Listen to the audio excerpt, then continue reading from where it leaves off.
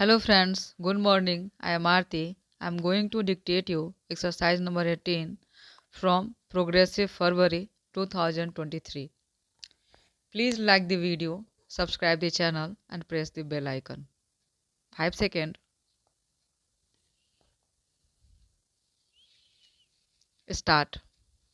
I have great pleasure in welcoming you to this seminar to discuss the contribution of Gandhian outlook and techniques to the solution of tensions between and within nations.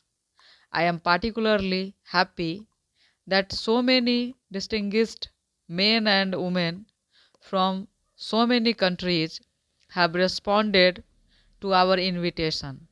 The subject for their deliberations is one which is of overriding importance in the modern world and immediately concerns all individuals of all nations.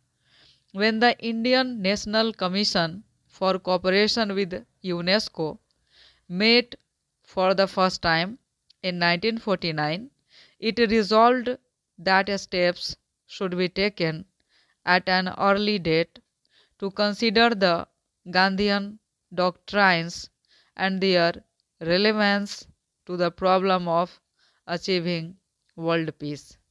UNESCO, which is concerned with the creation of an international outlook and the promotion of friendly feelings between different nations, was naturally greatly interested in the proposal.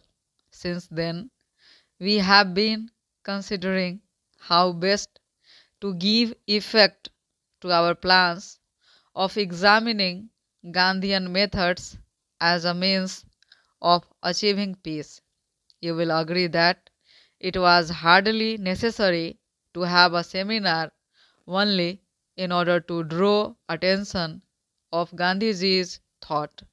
His ideas have been before the world for many years and are already a part of the intellectual heritage of modern man. In view, however, of the crisis which threatens the world today and the danger of war, which is always in the background of our minds, it seems especially appropriate to consider Gandhiji's methods so far as they provide an alternative to war and promise a solution to international problems. That is why, after much hesitation and thought, we have decided to call this seminar to give distinguished thinkers of the East and the West an opportunity to discuss Gandhiji's methods in all their implications. I am keenly conscious of the stupendous nature of the problem and also of how a solution has until now baffled the efforts of man. It is therefore in a spirit of humility that we have organized this seminar in the hope that the cooperative efforts of thinkers from so many countries may throw some light on our pressing problems and suggest some method of dealing more satisfactorily with the problems of war and peace.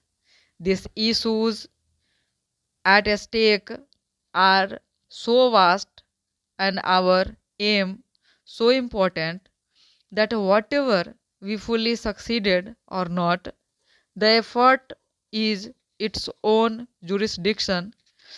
This way, we have to understand now the progress of science itself makes it the more urgent to find a solution of these problems. In the past, wars were often due to the fact that man's lack of knowledge did not permit him to utilize to the full the resources of nature.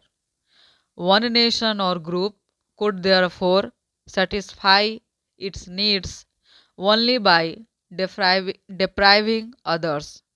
If food or fodder was scarce, the only means of overcoming this shortage lay in forcible occupation of the fields or pastures belonging to others. Today, the progress of science has created conditions where all legitimate demands of man can be satisfied. We can now live in an economy of plenty rather than one of want. Secrets of nature have been revealed one after the other, and those have made available to man the immense wealth of her hidden resources. The tragedy of the situation, however, is that this increase of knowledge and mastery over nature is being used not so much for the constructive purposes of society as to enhance man's powers of destruction. The energy of the atom has been unlocked, and this can bring within the reach of all comfort and plenty. We are, however, concentrating on the use of atomic energy mainly to create terrible engines of destruction. Wireless has brought all mankind nearer to one another, but instead of using it to strengthen the bonds of fellowship among men, we are using it as an aid to a propaganda of hatred and discord. Aeroplanes are being used primarily to develop our offensive in aerial warfare. Greater knowledge of germs and bacteria promises mastery over disease and suffering, but such knowledge is often being sought to develop their use as weapons in bacteriological war. Not that these discoveries have no beneficent use, but such use seems subsidiary to the main purpose of employing them as weapons for the destruction of humanity.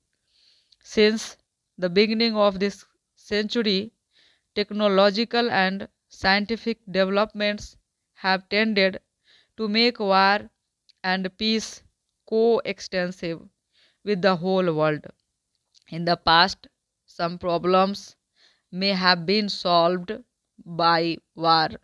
In any case, such wars were confined to a section of the world. Today, it is clear that no problem can be solved by war. If an attempt is made to solve any problem by means of war, the consequences extend beyond the frontiers of the nations concerned and involve all mankind. Wars have reached a stage where they only succeed in intensifying the hatred between nations and leading to new hatreds. Thus, the only consequence of war today is to enhance the impulse to revenge and destruction to become a basis of conflict. Stop.